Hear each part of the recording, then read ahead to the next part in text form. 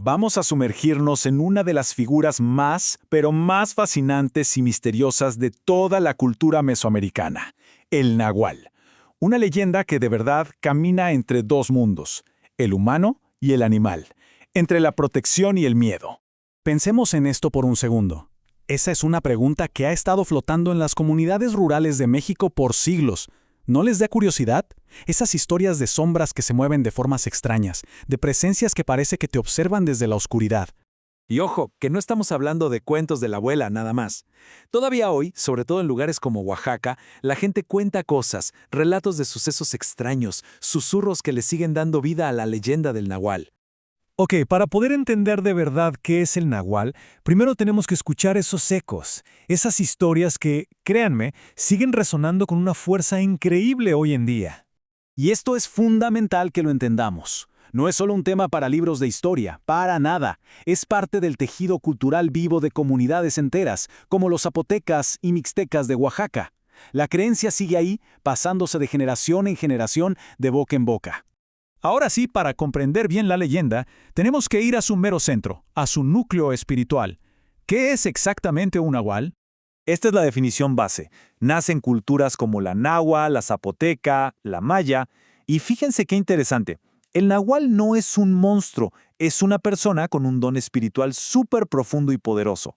Y aquí está la otra mitad de la historia, el tonal. No se puede entender al náhuatl sin su animal protector.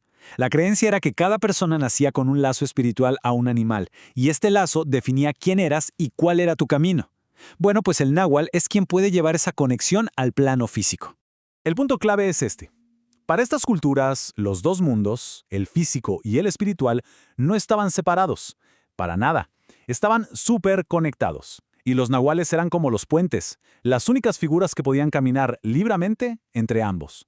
Pero lo que de verdad es fascinante es lo complejo que era el nahual.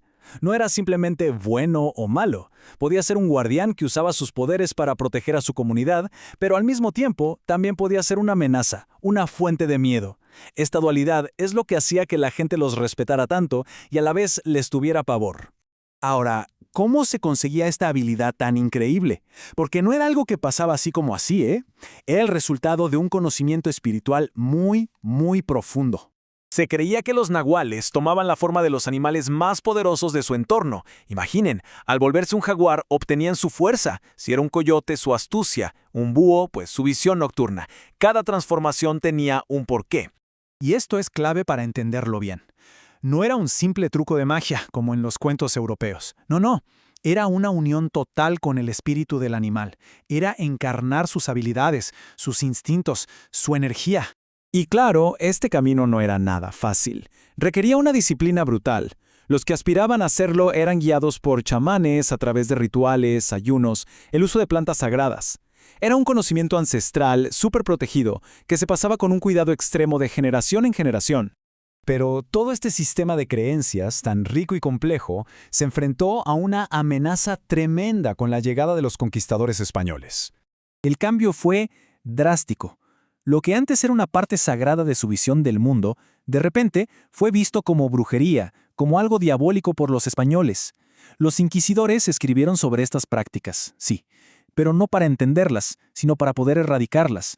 Sin embargo, y esto es un testimonio increíble de la fuerza cultural de estos pueblos, la creencia no desapareció, se tuvo que esconder. Se practicó en secreto, a veces se mezcló con otras tradiciones, pero sobrevivió en la memoria de la gente. Y todo esto nos lleva de vuelta al presente. ¿Qué lugar ocupa el nahual en nuestro mundo, siglos después de toda esa persecución? Hoy, el nahual existe de muchas formas a la vez. Para muchísima gente es una parte importantísima de su folclore, de su identidad. Para otros, es un mito fascinante. Y para los académicos, es un objeto de estudio valiosísimo que nos enseña mucho sobre el pasado. Es que el interés en estas historias ha crecido muchísimo. El nahual saltó de la tradición oral a los libros, a las películas, y está cautivando a gente nueva con todo su misterio y su poder.